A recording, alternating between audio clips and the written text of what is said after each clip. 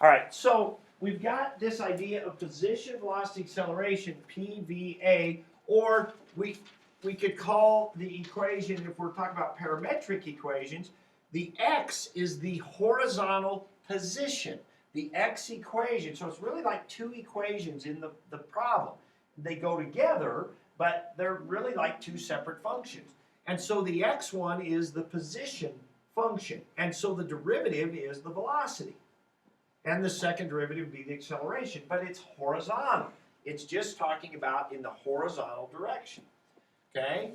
So if the particle is not moving horizontally, what's that mean?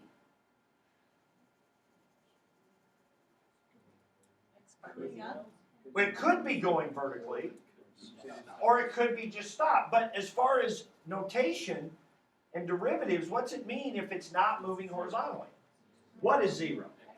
X prime is 0, right? X prime is 0. If it's not moving horizontally, then x prime has a value of 0. And likewise, if it's not moving vertically, y prime has a value of 0, right?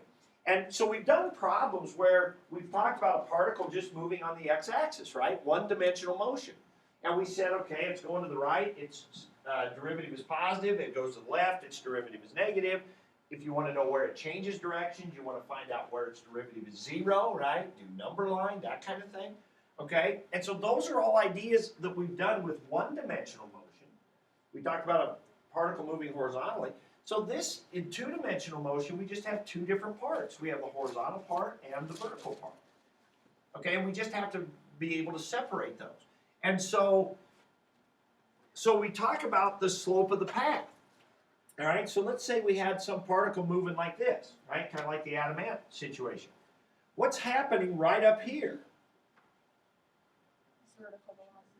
The vertical velocity is 0. Y prime has to be 0 then. Now what about x prime? It's still moving horizontally, right? It looks like at that point, but it's quit moving vertically and started to go back down. So x prime wouldn't be 0, but y prime would be 0. Okay, now what happens right here? The x prime would be 0. It stopped moving horizontally, because here it's moving kind of right-ish, and now it's moving back to the left. So it stopped moving horizontally, but it's still moving vertically, right? And so x prime is 0. Now think about the slope of the path. See, then this formula maybe starts to make a little more sense now. Right here, we said the y prime is 0, but x prime isn't. Well, what would this fraction be? 0. The slope would be 0, because the top is 0. What about here? What did we say?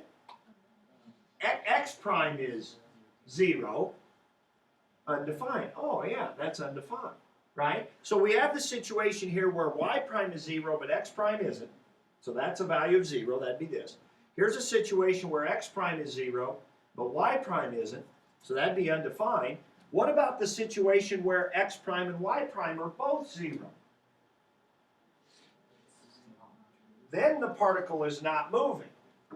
What kind of a path would that look like? Well, that would be maybe that. Right? A sharp point, because isn't that also a time when the slope is undefined? And a sharp point would be, because to do that, think about the particle, it would have to stop moving in both directions, right? To make that kind of a turn, right? And so that would be a situation where x prime and y prime would both be 0. And then the particle is stopped at that point. And again, the slope would be undefined because you'd have a 0 on the bottom, but that's a different kind of undefined than a vertical tangent kind of situation, okay? So we want to connect these things that we've talked about here back to the chart and those kind of things as well. And I just had a sense yesterday that maybe that wasn't really clicking that well. So we also have this formula for speed, which we'll get into a little bit later. This is the slope of the path kind of thing here. And then this idea of velocity and position and how it relates back to stuff we learned before. So that's the calculus part of it. If we understand that, then I think that'll make things a little easier. So I'm going to jump around here a little bit. So now get out that worksheet packet from the other day. Well, no, I take it back. Let's look at this worksheet. let's look at this worksheet here. So let me go, here we go. All right, so now we're on this, here's our situation. We had the x and the y for Adamant, we had the x prime, this is x prime, and this is y prime, okay, dx dt, dy dt. And we have those equations, and a lot of you were getting to 6, 7, 8 yesterday, and I didn't get a chance to talk with you, a whole lot of you about them. I'd like to start on number 7. Okay, now if you want to have your calculators out, you can. I'm going to, at some point today, you'll want your calculators out. But I'll probably, just to speed things up here a little bit, I'll show it here on this. Okay, so 7 says, and earlier on problem 5 and 6, you were kind of zeroing in on this right here, weren't you? It said that it goes up for a while and then starts to come back down kind of thing. Okay, until it comes back on the axis. So this first little piece of the graph we're kind of interested in. So I'm going to do a zoom, if I can make this work here, a zoom box kind of situation, and just kind of zoom in on this part of the graph. Now, you will have to do some graphing of parametric equations and be able to sketch them on your paper and mark the direction that it's going and that kind of stuff, which you can do by tracing. But there won't be a whole lot of graphing part of it. Most of what I want to do the graphing for is just to help us understand the concept of what's going on. Most of our work, although, will be with the equations and that kind of thing. All right, now this is kind of jagged. Why is that kind of jagged? Yeah, it's a limitation of the calculator. It is not this situation over here. We do not have a sharp point where the particle is stopping. It's a limitation on the calculator's ability, is what it is. And so if I go in here to the menu, where's my cursor? Anybody see it? There it is. Okay. Why is that disappearing? So if I go in here to the window settings, not the window settings, it keeps disappearing. All right, if I go in here, I've got some other ones in here. Okay, if I go in here to this one, oh. I already changed that. Why did, that should be looking smoother.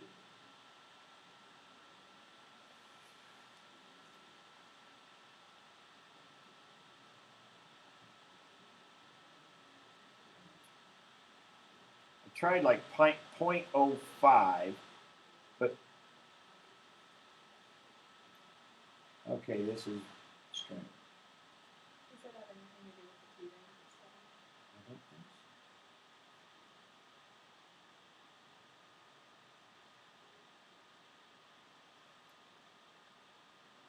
so. Because it wasn't supposed to be 0 to 4 pi. You know what? But you're right. I think if I change the t range,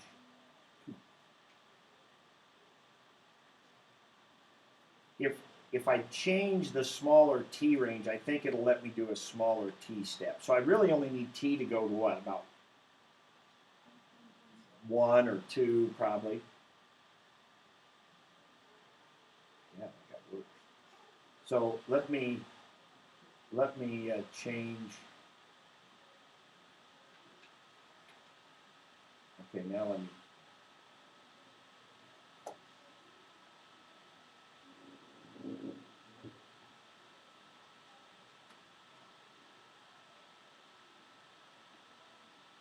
There we go.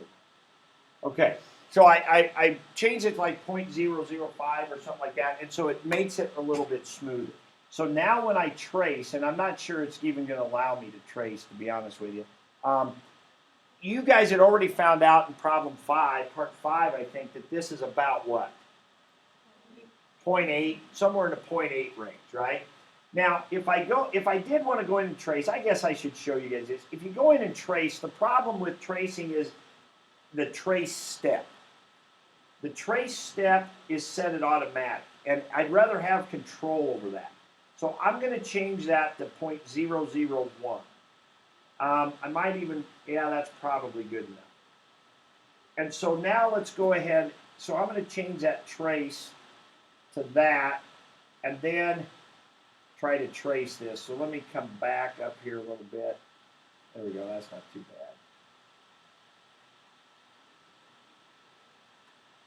bad. Okay, so I can kind of see here that the top is somewhere around 0.823, but that's not going to be good enough. That's not something you're going to do on a quiz or a test. I mean, if you want to be able to zoom in and trace and see some things, that's fine, but just to get the concept across of what we're looking for, we're looking in number 7. It says, when did y stop increasing and start decreasing? But what do we really care about? What do we really know? We said it a minute ago. When y stops increasing and starts decreasing. Y prime is 0. That's what we should really be focused on. It's when y prime is 0. It doesn't have anything to do with the x. It's when y prime is 0. So you'd want to go over to your calculator screen, and you would want to do a solve. So you'd want to solve y prime, and what was y prime?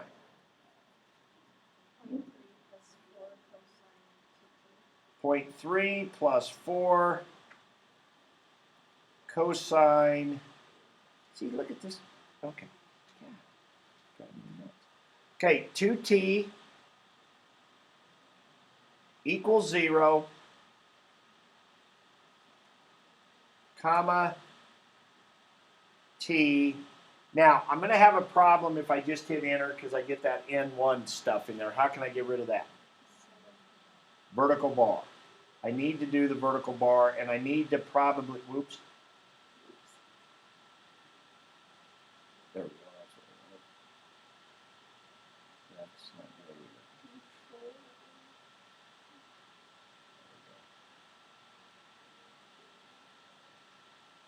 want. All right. So I need the vertical bar, and I need to go t in between where? 0 and, we know it's around 0.8, right? So 0 to 1 would probably be fine, something like that. So we get in here and we do the vertical bar. Come on, 0 to 1, and then we get that number, which is what we thought, about 0.82. But that's what I want you to be able to do. So this would be on the calculator part of the quiz, and I'd want you to set up, if I ask you a question like number 7, I'd want you to set up y prime, set it equal to 0, and go from there, because that's what we're talking about. We're talking about when it stops going up. Now, you go to question 8. What was question 8? Is Adam stopped then? Yes or no? No. Why? Justify your answer. How would you justify your answer? X prime. Good.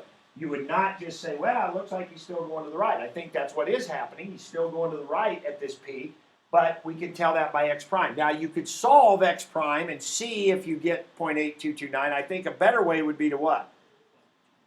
Plug that in. So I think what would be smarter and more would be more convincing would be to take this value right here and plug it into X prime.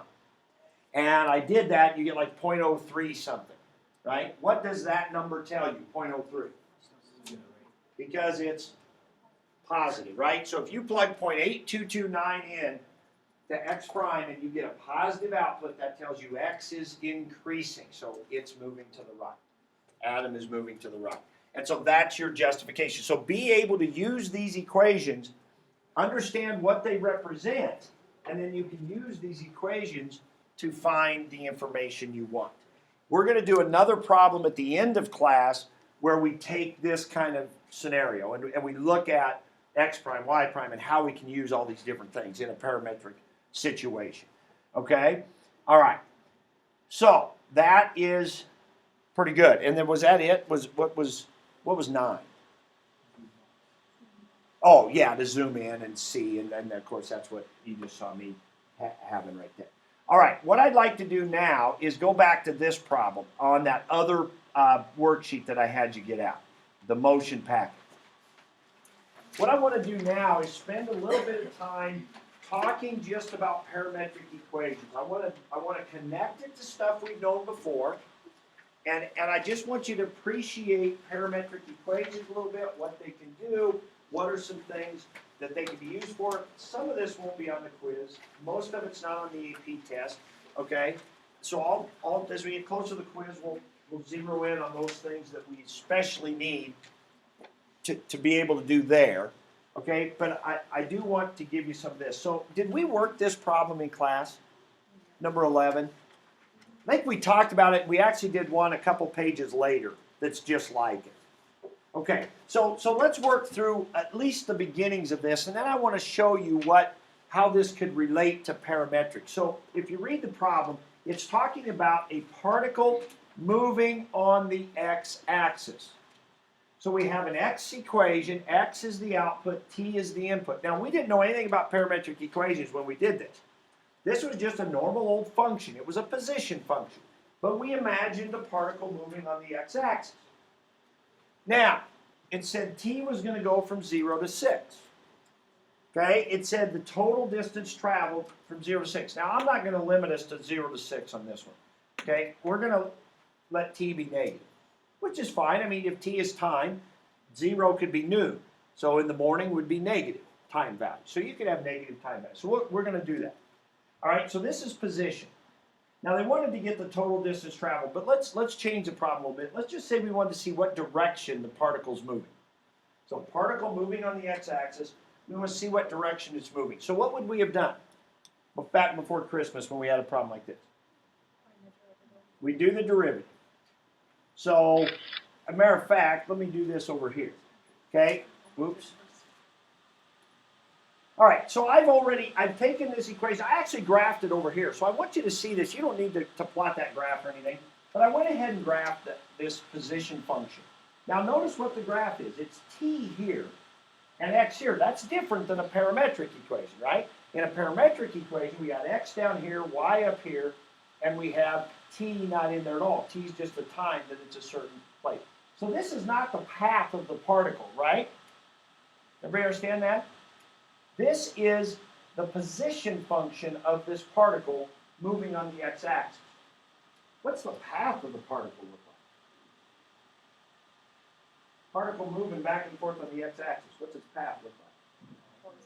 It's just a horizontal line. That's the path, right? The path is a horizontal line. That's what it is. Okay? So we'll get to that in a second. This is just its position function. So when this graph's going up, what do you envision the particle doing? Going right. And when this is going down, going left. When it's going up, going back to the right. Right? That's how we've envisioned this. That's the way we've looked at these up till now, as a position function. So we graphed it. T was the input, x was the output. Here we go. All right? So now, you said we would do the derivative of that. I agree. Which would be its velocity. In this case, we know that's horizontal velocity. Okay? And so we do the derivative, and we get t squared minus 2t minus 3. And then what would we do? Set it equal to 0. Why would we set it equal to 0? Not because I said whenever you don't know what to do, set the derivative equal to 0. But why do we set it equal to 0? What's that tell us? Where it maybe, potentially, changes direction, right? But that's when it stops, right? This is when it stops moving horizontal, okay? Connected to what we were talking about over here earlier, right? That's when it stops moving horizontally, which could be when it changes direction. If it's going to change direction, it has to stop first. Okay, so there we go. So now it's a pretty simple one. We can do a little bit of algebra factoring here. And so we get t equals 3 and t equals negative 1. Of course, now I've graphed this, and so we kind of knew that is when that was going to happen right there, right? We could kind of see that was going to happen at negative 1 and at 3. But if this was a no calculator situation, right, you wouldn't have seen that. Okay, so this is just kind of going back to before Christmas and just chart kind of questions and that kind of thing. And then we would have done a number line, something like this, labeled it x prime, put our negative 1 in there, put our 3 in there. Right, we would pick some numbers in here. So negative 2, I get a negative, I get another negative, so that's positive. Put a 0 in there, that'd be negative times positive. Put a 4 in there, positive, positive.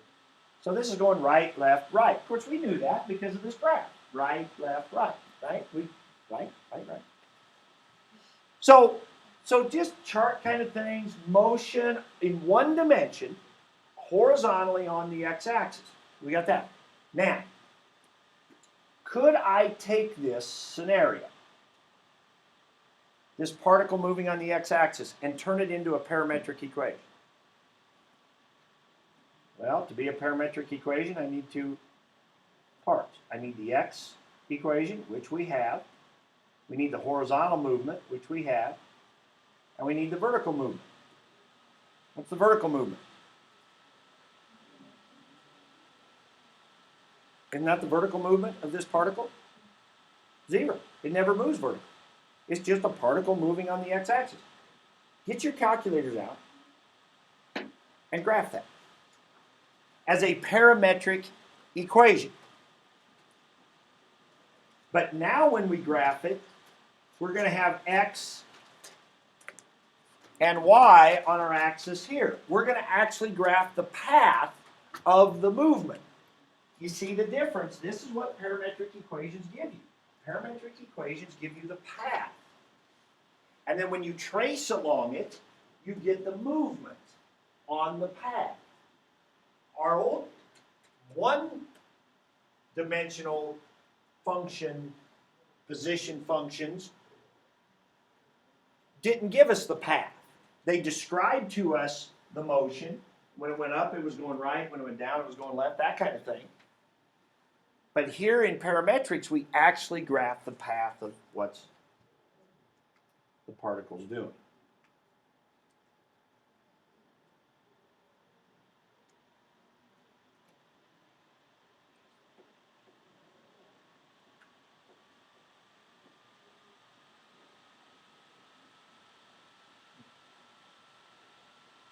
Now, I've set my t-step to go from like -5 to 8 because, right, the particle changed directions at -1, so I want to see a little bit before -1, and I want to see a little after 3 when it changed direction again. So here's how I set mine up. I went -5 to 8, and I left the t-step at 0.13.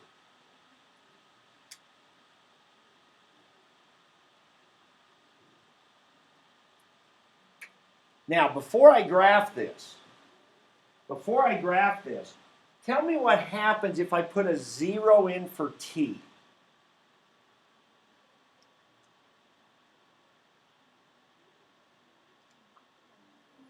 What do you get? You get 4 for x and 0 for y. What is that?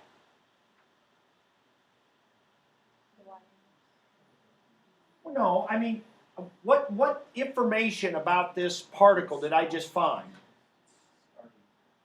Well, the word starting point is kind of relative. So let's don't say starting point, because if t equals 0 is noon, you know what I mean? I might have started. So I ask you to put a 0 in for t, and you told me that x is 4 and y is 0. So what's that mean? Okay, you used the word start again like Robbie did. Instead of start, let's say at time 0. How's that? Okay. At time 0, whatever that is, the particle was at 4, 0. Now we know he's on the x-axis all the time, so the 0 is kind of redundant. The y is always 0. But that gives me again, you can call it the starting point, but technically the way I've set up t here, what's my starting point? -5 is my starting point, really, right? So if I put a -5 in for t, that would give you really the starting point, and 8 would give you the ending point, right? Because remember, x and y are the horizontal and vertical position. Okay? All right, so now let's go ahead and graph this, and probably going to have to set a window here. Let's talk about what kind of window we might want. What could be my x window? I'm not really sure, right? We'd have to look at the x equation and see what those are. Let's go like negative. Okay, come on. Let's go like -20 to 20. Because this particle's going back and forth on the x-axis. I don't really know how far it's going. What would my y's be? Could it be just like -1 to 1? Because all we really want to see is the x-axis, right? Right? Y is always 0. So we just need to see the x-axis. So -1 to 1 would be pretty good. Even just setting the window makes you understand what's happening here. Okay, so if we get rid of that, and sure enough, what's my graph? Horizontal line, just like you guys said. So the red here is just the path on the x-axis. But the tracing is when it gets really interesting. So if I go to trace here, now I'm going to need to change my trace step back. I'm going to change my trace step back to automatic. Otherwise, it'll take me all day to trace that thing. So let's set it back to automatic. And then let's trace at, I can never get the tracer down. Let's trace, and let's start at -5. So let's type in a -5 here.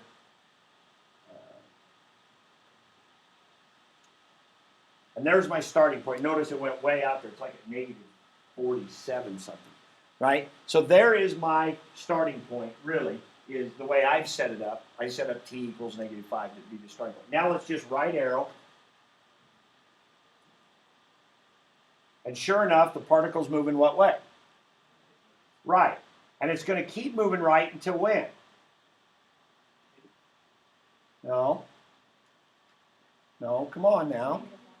-1. Remember what we saw before? It was moving right until -1, until t was -1. And so you can even see the speed with which it's moving because you can see how big of jumps it's making. Now, right now, it's not making very big jumps. So it looks to me like it's really slowing down. It's really slowing down. Now I'm getting close to -1 here, and sure enough, look at that thing. It's barely moving. I'm getting close to -1. It's barely moving. And then I get to -1, and that was its stopping point. Now I keep hitting my right arrow, and now my t, now look at the thing going to the left. See, so you can really see the motion. It's just kind of cool. I mean, it's nothing new that we didn't already know about the particle when we did our old stuff from before Christmas. When we did our number line and said it was going right, then left, then right. We knew all that. But parametric equation just let us draw it, let us see it, and hopefully we can see the connection. Now it's going back to the left. It's picking up speed. It's going to keep doing that until when? 3. And now it's slowing down at 3. Now it's moving back to the right, and it'll keep going to the right, and it's picking up speed all the way until 8. Right? And 8 was my end, and there it was. Okay? So it's kind of a neat thing, I think, with this parametric equation. So that was more about a little bit of calculus stuff in there with the whole number line and that, but also just a lot of stuff about parametric equation. Okay. Next thing I wanted, no, that's not next. Okay, next thing is this. All right, another little just fun fact about parametric equations. We did this a little bit actually yesterday, but I want to look at this parametric equation right here. We did it yesterday with sine. Can anybody tell me, if they graphed that on their calculator, does anybody tell me what that graph would look like right there? Parabola. How'd you know that? We can do a straight substitution. If x is equal to t, we can take that t out, we can replace it with an x, and that is y equals x squared, and that is exactly what that would be. That is called, and this is something you're going to do in your homework, that is called eliminating the parameter, or another name for that is simply rewriting it as an equation in y and x. Rewriting it as an equation in y and x. So it's a parametric graph. We could rewrite it as this by doing a straight substitution. Now, what about this one over here?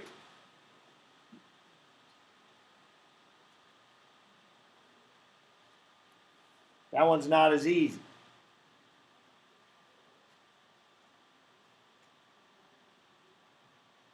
Anybody have an idea what that one would look like? It's also a parabola. It is a parabola. Why? Well, How about if I did this? Now I'm going to show you another way to do this in a little while later. What if I wrote t to the 6th as that?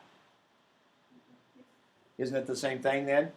So you can just do a substitution there, but you have to be a little more creative. So since x is t cubed, we can substitute an x right there for the t cubed, and sure enough, we get y equals x squared. So what that says is that these two graphs have the same path, but are they the same? No. Remember, let's pretend we're in an airplane. Let's look down over the trail that goes through out Kearney, and you would see the same path, but on that path there could be different runners and walkers and joggers and bicyclists and so forth, moving at different speeds, at different paces, and at different places at different times. And that's what we would have here. Same path. Matter of fact, it's in your book. If you would open up to page 244, because we really, really need our books today. On page 244, if you would, please, 244.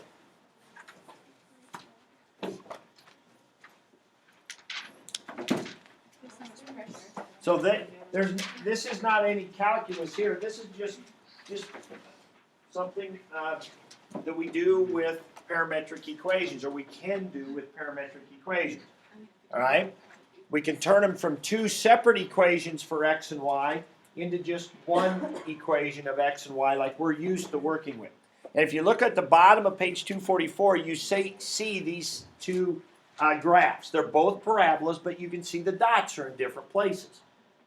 So if we were to trace, you would see that particle moving slower in some areas, faster in other areas, same path, but different speeds and locations on the path. All right?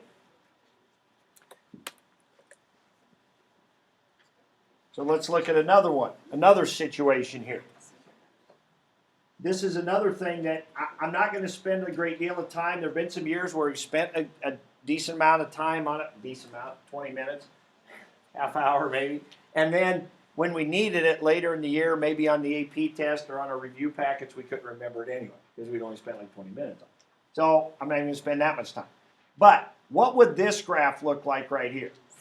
This would just be the sine graph. And what this tells you is if you ever wanted to draw a normal kind of a graph, but in parametrics, then just do this. Let x equal t.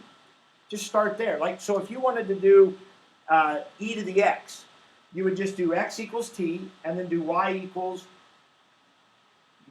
e to the t. Right? So x equals t, y equals e to the t. That would be the graph y equals e to the x. Or x equals t, y equals sine t. That's going to give you the graph of sine, but in parametrics. So it's a really easy, quick way to use parametrics to draw a graph. And you say, well, why go to parametrics? Why not just draw this? Here is one time this could be really nice. Because what have I done over here?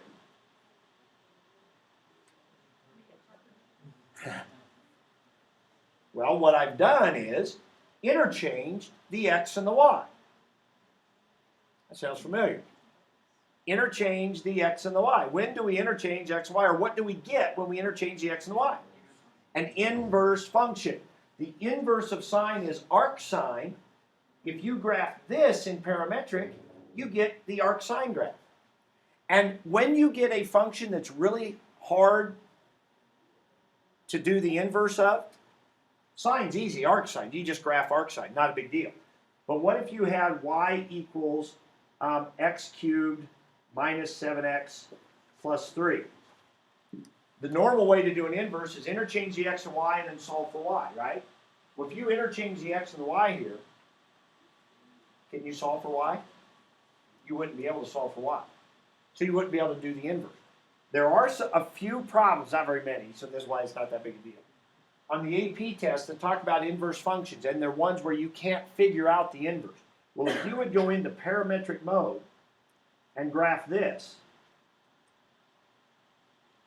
right, this would be the same as that. But then just interchange the x and the y, it would graph the inverse for you. You would have the inverse graph. If you go onto your calculators and graph this, you don't need to right now, but if you were to graph this in parametric mode, you'd get a sine curve going up the y-axis, which is the arc sine graph, is the inverse. Okay? So it's a neat kind of quick way to do inverse functions, because since parametric equations have separate equations for x and y, it's easy to interchange the x and y. So it's easy to get the inverse. So again, just something kind of interesting about parametrics, but not something we'll really spend a lot of time on. Okay, so the last things we're going to do now, these are things that will be in your homework now. All right, and when we get close to the quiz, we'll review this, in more detail. But one of the things you need to be able to do is get on your calculators and graph a parametric equation. Be able to set a window, be able to trace, see what direction it's going, those kind of things. Okay, so you need to be able to do that, and we've done a fair amount of that already. All right, another thing I want you to be able to do is something like this right here, and there's going to be some of this in your homework. So let's go ahead and jot down this problem right here. So we got a parametric equation here.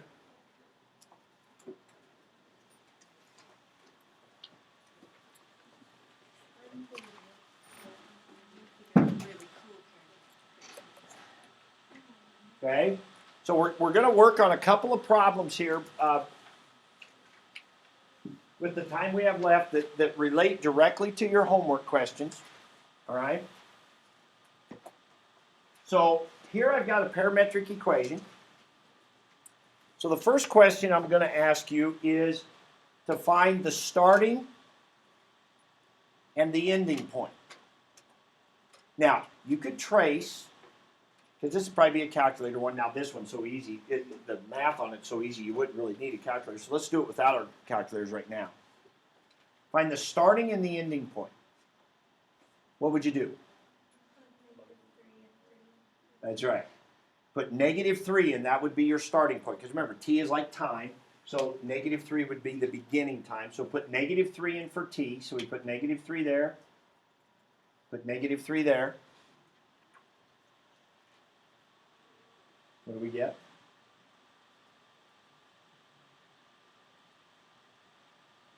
-15 here. -5 here. Now what did that just find for me?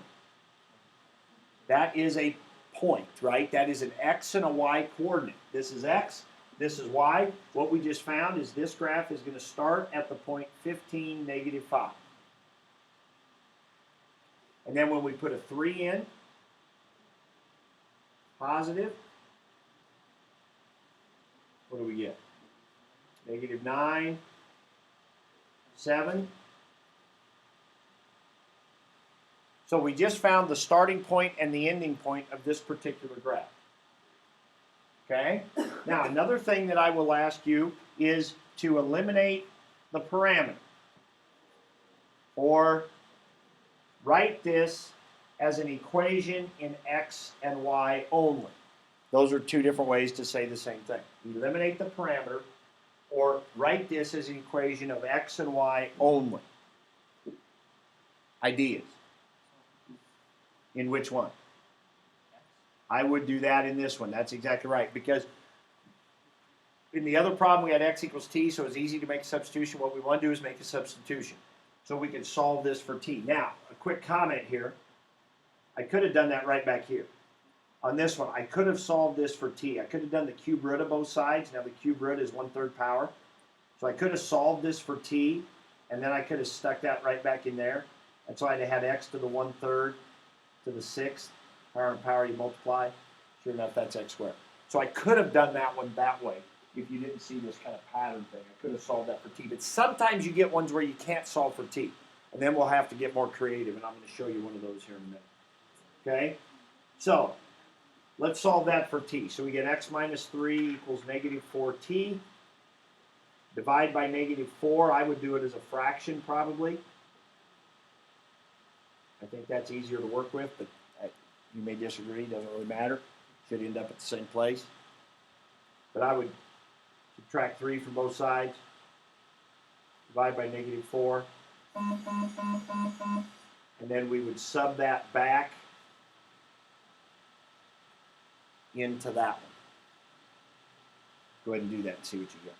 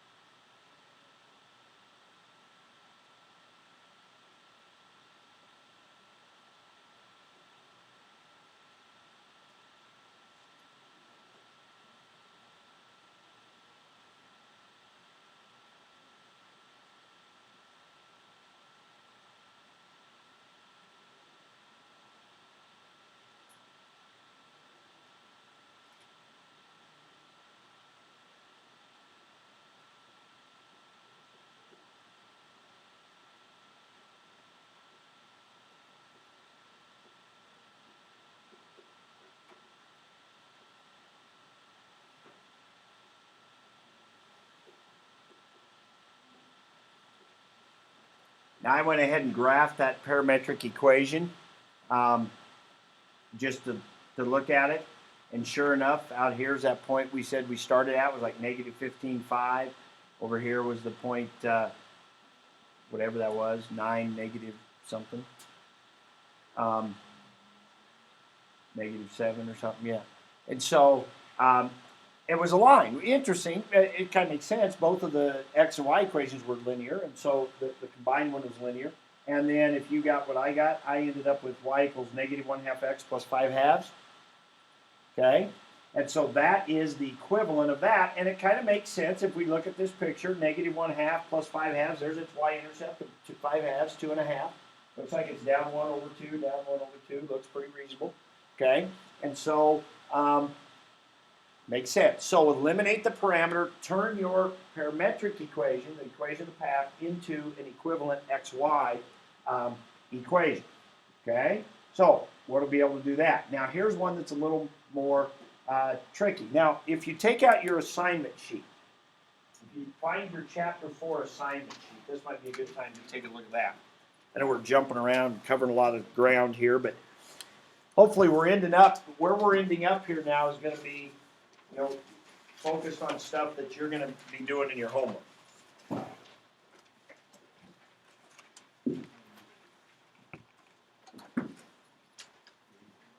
Now, the assignment sheet, I'm kind of jumping around. I kind of decided to do a little different order here.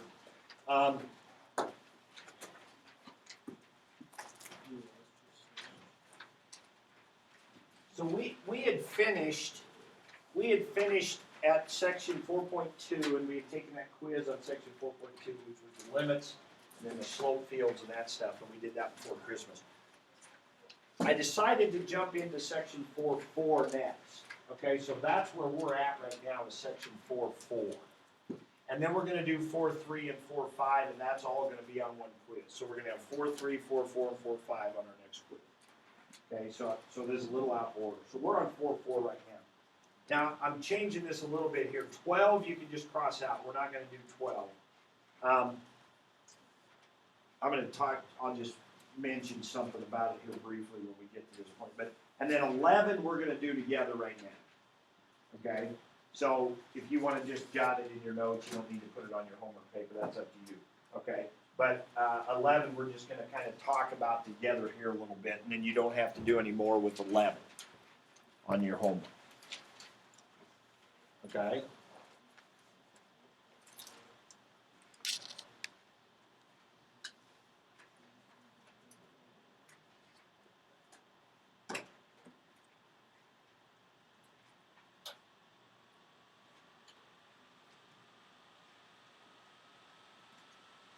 Okay, so we're gonna look at number 11 here, which is this parametric equation, and A and R are just constants of B. And what we're going to do is look at this and eliminate the parameter. We're going to see, it's kind of cool how this works out here in this parametric equation. Now it does look somewhat familiar to something I showed you yesterday. Notice the x has a cosine in it and the y has a sine in it. What did that create yesterday? That was the unit circle. That was this right here. Now, this is just a general or a very specific one with the circle centered at the origin and a radius of 1. Now, why is that? Well, think about it. What are the outputs of cosine? Between what? Negative 1 and 1.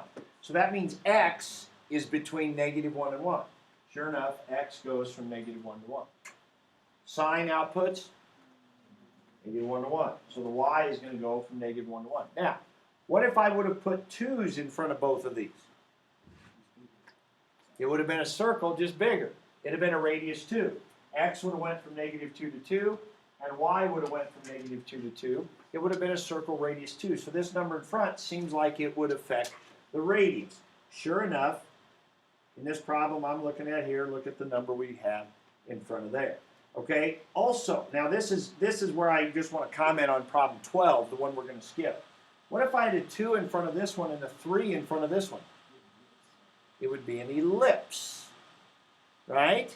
And you remember in advanced math, the ellipse equations were pretty kind of complicated.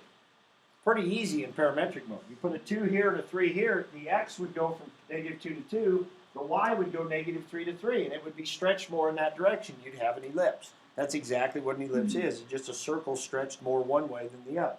Okay, so a very simple way to make ellipses in parametric equations. Okay, then if we add on something to this, like we had a plus A and a plus B, and the one we're going to work with in a minute, if you add on a plus A, that's just going to shift your x somewhere.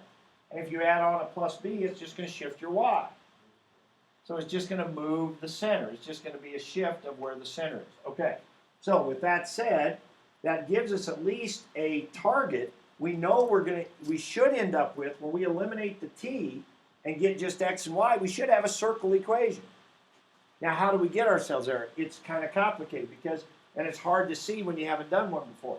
We really can't solve this one for t because we get an arc cosine and it'd be very complicated. I mean, we could, but it would be a messier way of doing it. So I want to do it in a way that's a little neater. So what I'm going to do is I'm going to subtract a from both sides first. So I'm going to take this first one and I'm going to subtract a. And I'm going to take the second one and I'm going to subtract b from both sides. And I get that. Okay? Now I'm going to do something that you might think kind of strange, but eventually you'll see that that actually was a good move. I'm going to square both sides, which is okay to do. Now, when you square both sides, sometimes you get an equality. You get an equality that out of something that wasn't equal. Like you can have -3 equals -3 equals 3. That's not true. And then you square both sides, and it is. Then you get 9 equals 9. But if you start with something that's true, that this equals this, and you square both sides, you still have an equality. 3 equals 3, you get 9 equals 9. So I'm going to square both sides. So x minus a squared equals r squared cosine squared. And I'm going to square this side. And you can kind of see where this is headed already, probably. Okay, now how would you have thought it? It's just a creative way of rearranging this function to make something nice happen. All right? Now, the next thing I'm going to do is I'm going to add those two together. That's a legal thing to do as well.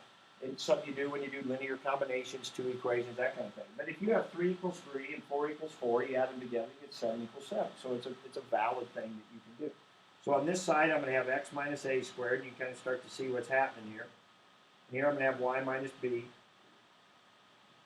And on this side, I get r squared cosine squared plus r squared sine squared. Right? Look what's happening. And what else can you do on that right side? You can factor out an r squared, and you're going to have, that was the whole thing I was trying to get, was a cosine squared plus sine squared, because I knew that equaled 1. And so r squared times 1 is just r squared. And does that look familiar? Please say yes. That is the equation of a circle. That is the equation of a circle. A and B would be the movement of the center, which we said is what would happen. This would be the shift to the right of A. This would be up and down of B. That'd be the center. And R, of course, we said was the radius. And so, when we just to show you that when you eliminate the parameter and get it into x and y's, sometimes you can solve for t and do that. Sometimes you can. There are other creative ways that you can make that happen. Not something that we'll spend a lot of time doing on the quiz. You might have to eliminate a parameter, but it'd be more like the linear one we just did. It'd be something that's a little simpler that we should be able to do. All right. So that's basically what I want you to know about 11. So you don't really need to do any more on that. Okay, so again, no real calculus in there, but just seeing some different things with parametric equations. Okay, final thing we want to do. This is a really good drawing. And also example 10 in your book, which starts on page 247. Please don't look at page 248. Don't cheat. Page 247. Now this relates to problems 17, 18, and 20 at the end of your homework. Okay? On 17, you're going to work, I think 17 and 18, you're going to mimic what we do here, just they're going to change the numbers on you a little bit. And in 20, they're going to change the equations quite a bit, and you'll deal with that, and I'll explain that as we go.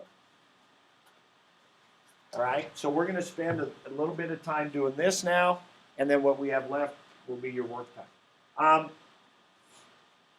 So, baseball pitcher, 60 feet 6 inches from home plate. So that's 60.5 feet. We're going to let this be 0, 0 right here. This is going to be our origin. Okay? He releases the pitch at a height of 7 feet. Okay?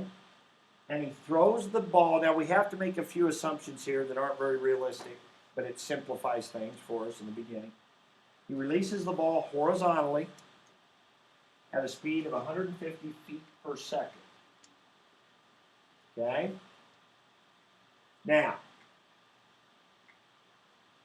at that point, the only thing affecting it is gravity. We're going to ignore wind resistance. Now, they mentioned in the book that would not be, it's really not realistic. There'd be no curveball if you ignored wind resistance, right?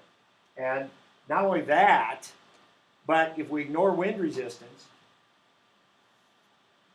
if you release the ball horizontally at 150 feet per second, how it's always going to be 150 feet per second horizontal. Now, think back to our units now. Now we're getting back into the calculus part of it. What would be the label for that 150 feet per second? That would be x prime. So I'm going to write this down. Now, in the problems we do, you are not going to have to generate these equations like we're about to do right now. We're going to generate these just like we did with the line and the Ranger yesterday. But you're not going to have to do that. In the problems, you'll be given the x and the y equation. Okay, but I want you to see where they come from. So the 150 is a horizontal velocity. And since there's no wind resistance, it's not going to slow down. Matter of fact, it's going to speed up because what's going to happen to the ball? It's going to get pulled down by gravity, which is going to speed it up. So the ball, in this example, the ball is actually going to cross home plate going faster than when it left his hand. Okay, but that's because we're ignoring wind resistance. Now, if that bothers you, good, you'll like number 20. Because number 20, problem number 20, they're going to give you an equation so it doesn't ignore wind resistance, which makes it a little more complex, but you got calculators, so you'll be able to handle it. All right? So, listen, that's x prime. What's y prime?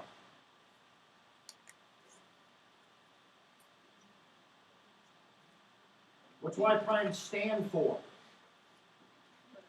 Vertical velocity. What's the vertical velocity of this ball? Now, when he throws it, it's 0. But as it goes, it's being affected by what?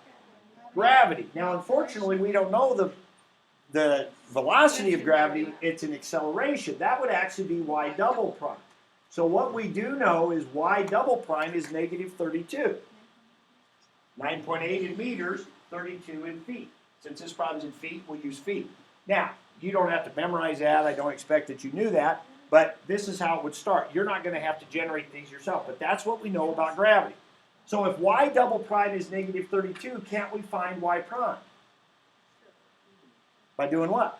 Antiderivative. This would be negative 32t plus some c. Now, to get rid of the c, we need to think of an initial condition. Since this is vertical velocity, at time 0, that is when he releases the ball, what? No. Vertical velocity. What's the vertical velocity of the ball when he releases it? 0. It has no vertical speed. He only throws it horizontally. So at time 0, his y prime is 0.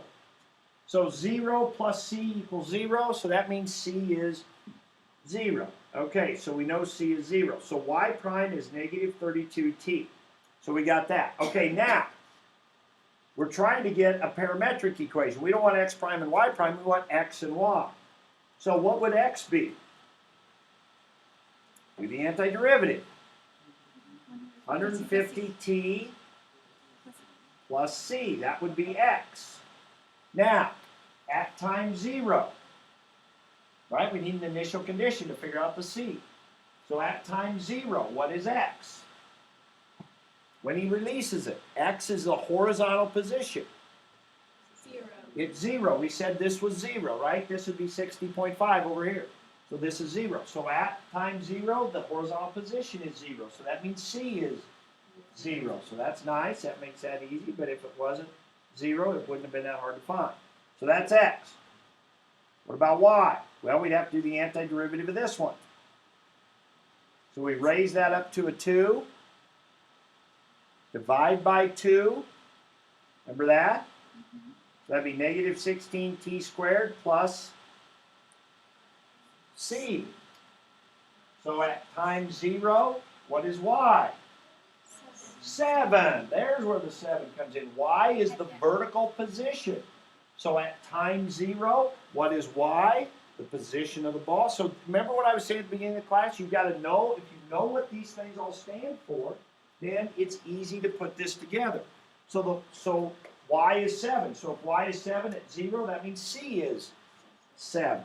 So we get negative 16t squared plus 7. Now again, none of that will you have to do on a quiz and probably not in your homework. In question 17, question 18, you'll get a start with these equations.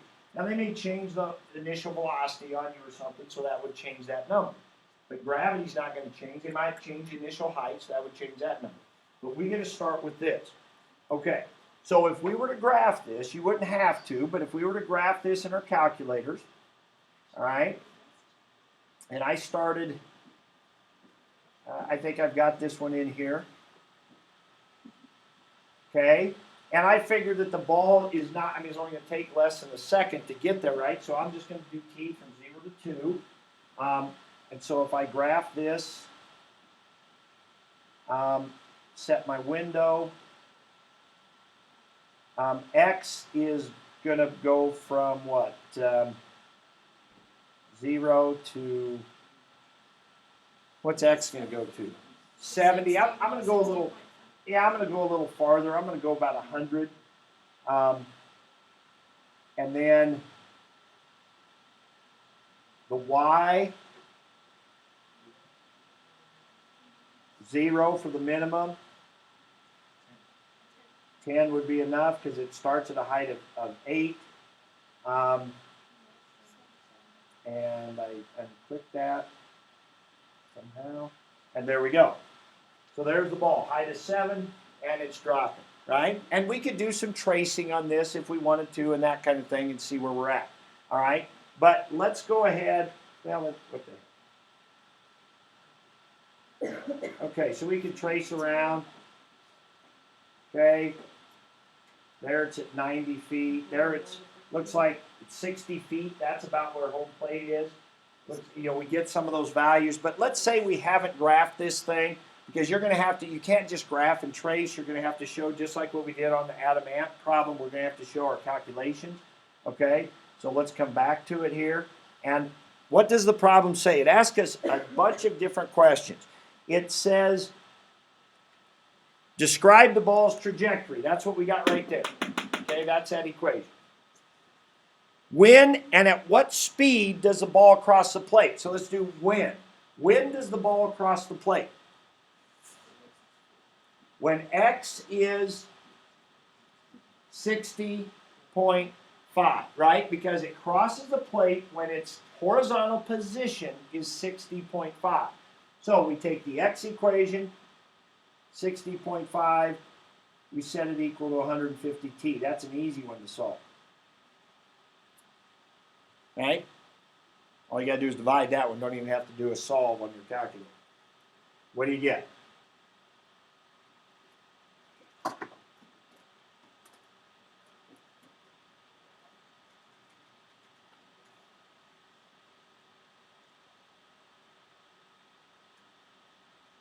Somebody got it?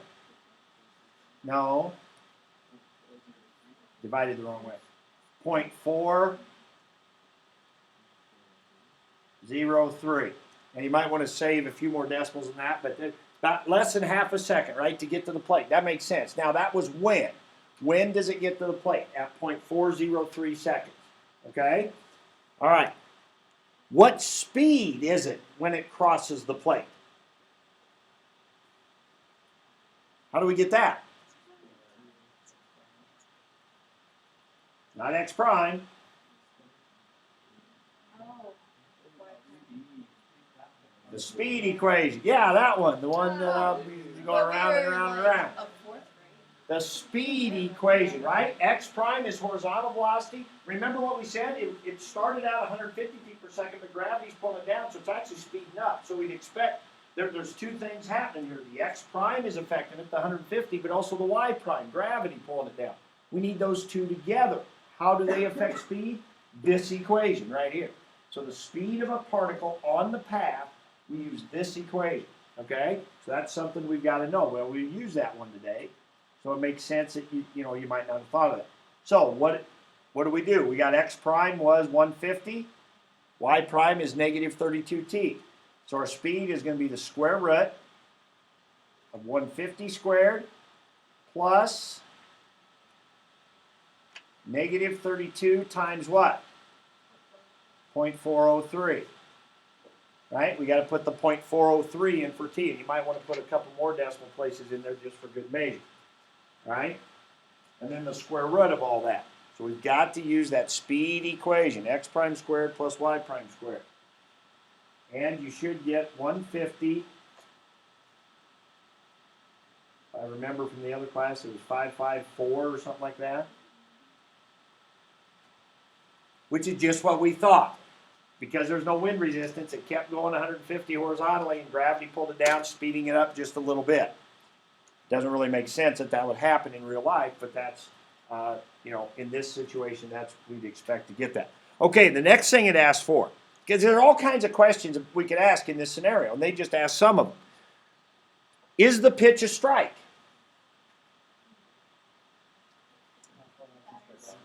What do we need to know? How far off the ground it is. Now we better know the strike zone. We're going to have to know more information really to answer that. But let's do what Spencer said. How far off the ground is it? Now what is that? The distance off the ground is y. We need to know what y is. So what do? Plug in 0.403 into the y equation right there. So we're going to take 0.403, so we're going to take negative 16 times 0.403 squared plus 7. And I remember on my graph it was like 4.4 something. You guys go ahead and give me the more digits here. 4.401. Now, then the question of is it a strike is we need to know how tall the batter is, and so where's the strike zone? 4, if you're crouched, that's probably a little high. That might be a little high. Depends on how tall the person was and so forth, right? But the idea is that you understand you need to know how far off the ground it was. Now, if we got into 3 dimensions and count 3, then we could talk about inside or outside, right? But we're in 2 dimensions, so we got up, down, and we got this way, but we don't have that 3rd dimension. Okay, 2-dimensional motion. All right, so we can tell how high it is, so we can answer that question. But again, just got to know what the different things mean. All right, if the batter misses it, the catcher misses it, and the umpire ducks, if they all miss the ball, where does it land? So how would we find that? What do you know? When y is 0. When it hits the ground, that means y is 0. So we would take the y equation and we would set it equal to 0. Okay? Now, and I made this mistake last block. If we solve that, it comes out 0.6 something. I believe. Somebody got it quickly? Negative 7 divided by negative 16 and the square root of all that.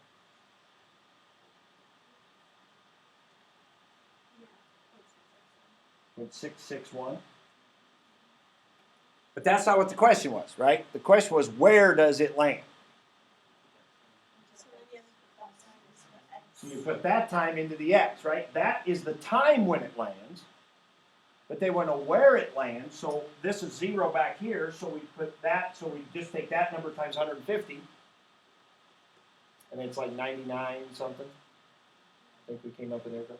So it lands 99 point whatever feet away. See what I mean? So there's all kinds of questions can be asked about that, and if you just understand what x is, what y is, then therefore what x prime is, what y prime is, then you can solve those. And there's really only two things you can do with the equation. You either set it equal to something and solve it, or you can plug something into it, right? And we did some of all that in that question. All right, rest of the time is yours to get started if you can. In the homework 4.4. Homework 4.4, those last several things we did are a lot of what they asked you to do in that homework.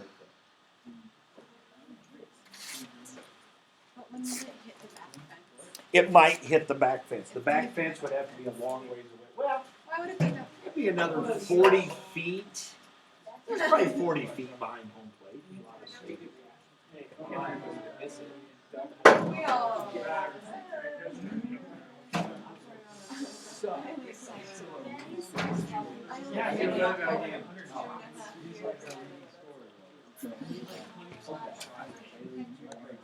Yeah.